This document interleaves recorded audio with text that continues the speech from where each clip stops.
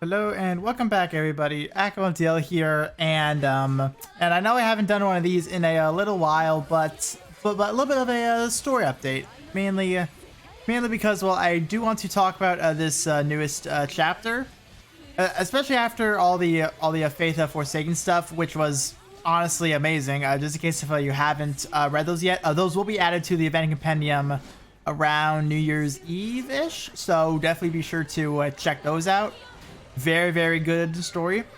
And also, I never did talk about chapter 22. I did want to save it until like after everything, after Faith Forsaken, that way I could then review them in order. That never happened. But I do want to talk about 23 and kind of give a little bit of a recap and what my thoughts are on it as well. So obviously there will be a spoiler warning beyond this point. There will be no photos shown or anything. It will just be me talking.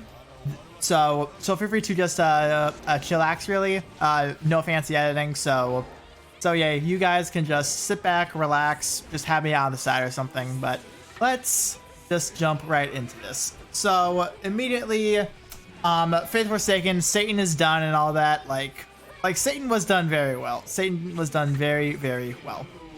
Then we had moved into the aftermath, to as of where all the like Misma or something like that. I believe it's called Misma. I do forget the proper term for it. All the I'm gonna call it like negative type energy that was spawning fiends. That was still around. So that was definitely interesting. But no, like the fact that the progenitor had actually like planned this far to as of where he literally influenced the design of Grams to house energy. That's some next level thinking right there. That is next level thinking. But also, the fact that Shell was able to deduce that, hey, the progenitor is probably going to show up here. That's something else. Like, Shell's always been smart, but goddamn. Just goddamn. But the main attraction of this was honestly Baron. Alright, the main attraction was Baron. To as of where the siblings, they were like really trying to fight for him back and all that, but well, in the end they were able to do something. All right, to as of where he's like, you know what, fuck this entire world, man, fuck this entire world. I'm just going to I'm going to be the gate myself. Fuck Ferris. I'm just going to do it all by myself. And it's like, oh god. That's all I can say about it, is oh god. Yeah, he's just rotten at this point. He's just rotten to the core. Like, all of his past experiences has just made him sour. Like, very sour. And like, they tried, like, Ferris, Valix, Shell, and main characters. They all tried to get him, but unfortunately, you can't exactly fix everything that's broken. You unfortunately cannot.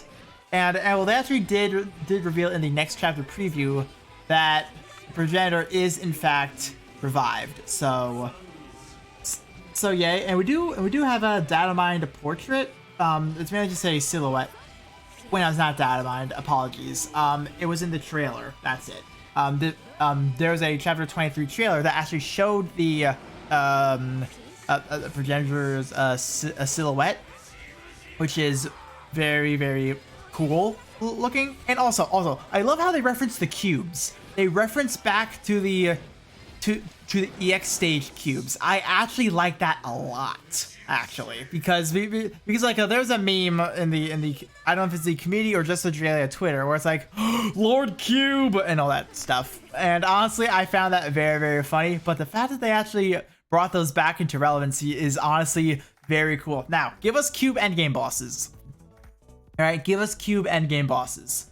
Those would be cool as hell. Those would be so damn cool. Give us cube, please. Give us cubes. But anyways, just this whole chapter, it was a lot of lore. It was a lot of lore dumping because we even go to Ilya's group where it was Ilya, Zethia, Nedric, and why am I forgetting the Fairy King's name? The new one, not the old one. I'm forgetting his name, but you know who I'm talking about. You know. just for your comment story, you know exactly who I'm talking about.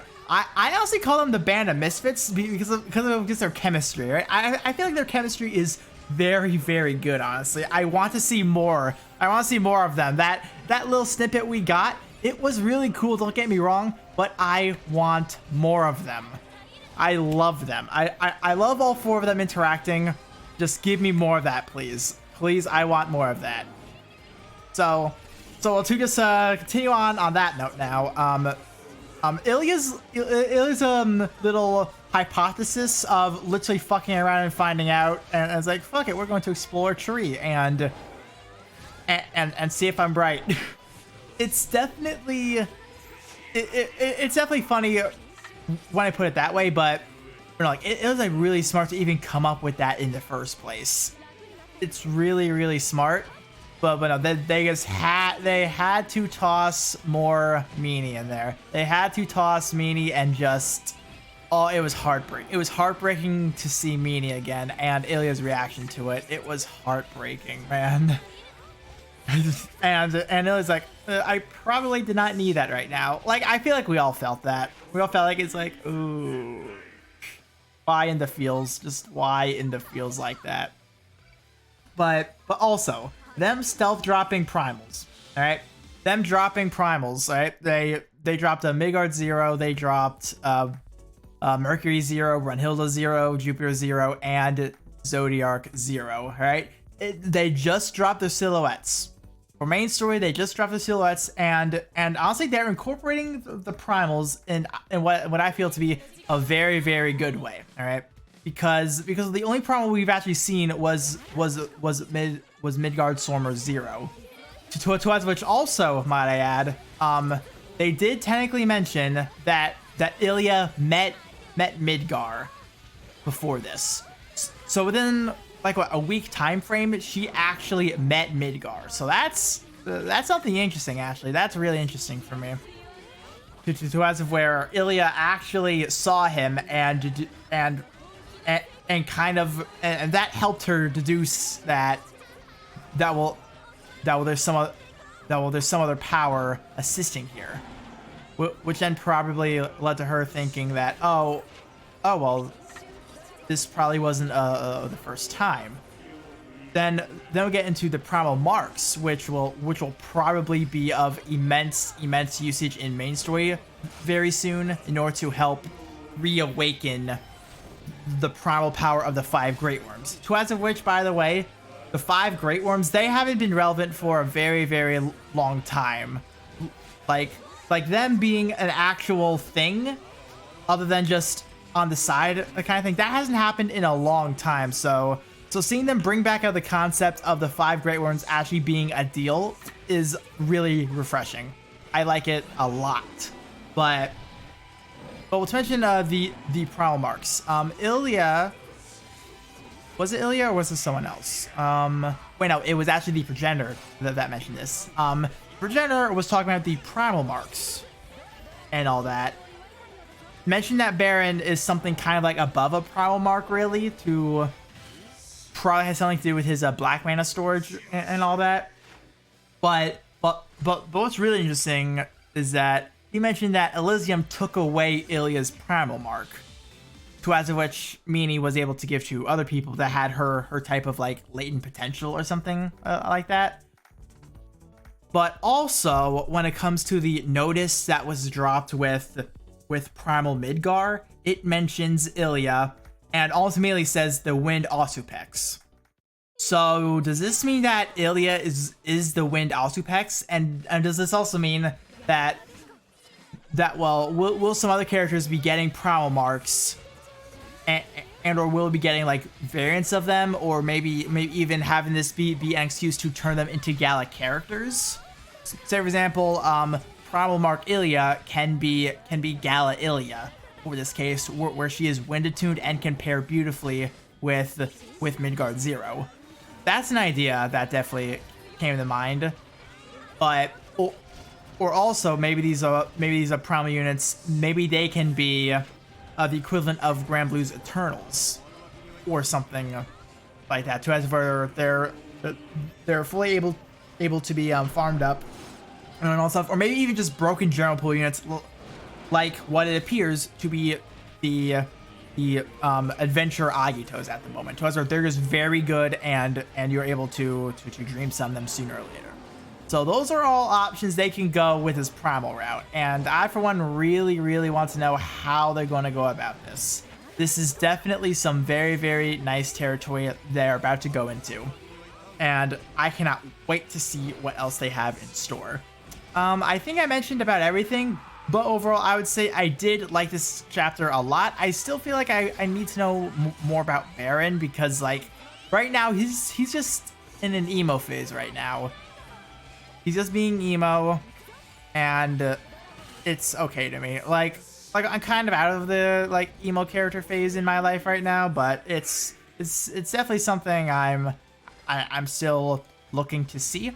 But also, Apostles, I don't know what they're going to be exactly doing right now, because they're dropped for Faith Forsaken, and now we don't know what the relevancy is going to be for main story, because Progenitor is still at large, about to be even larger at this point.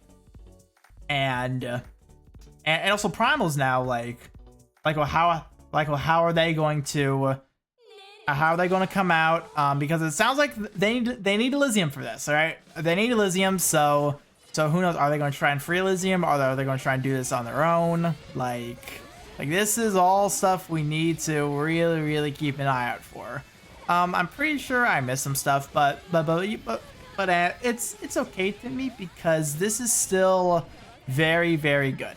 I like this chapter a lot, so let me know what you guys think of this chapter as well. I will be making a part 2 for chapter 21, so do bear that in mind, and also do forgive me for the not so fancy editing and the Jaldi footage, because it's like I need Jaldi a little bit. So you know what, I'm preparing for Prime Midgar. Okay, I'm preparing for it right now, so just gonna sit down, twiddle my thumbs a little bit, and just so patiently wait. And until next time, I'll see you all later. Bye.